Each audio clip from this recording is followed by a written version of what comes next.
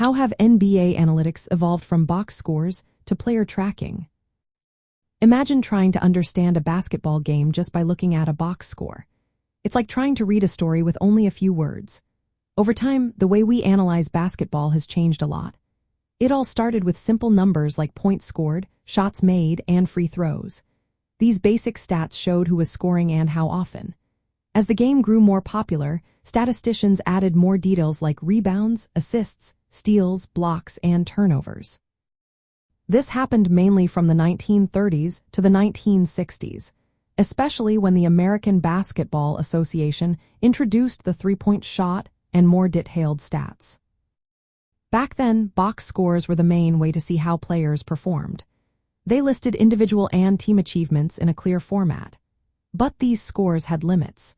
They only showed what could be measured easily, missing many parts of the game like setting screens, spacing the floor, or defensive positioning.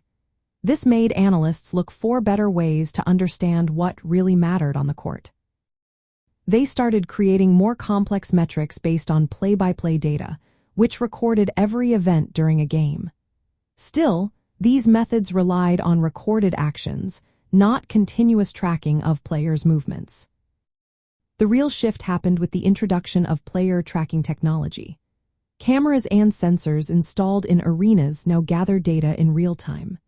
This technology tracks how fast players run, how far they move, and where they are on the court at every moment.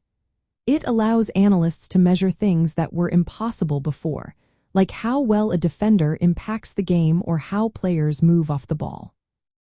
These new data points support advanced metrics such as defensive rating, which estimates how many points a team allows per 100 possessions, and player impact estimate, which measures a player's overall influence on the game. Spatial analysis helps evaluate shot quality and efficiency by looking at where shots are taken and made.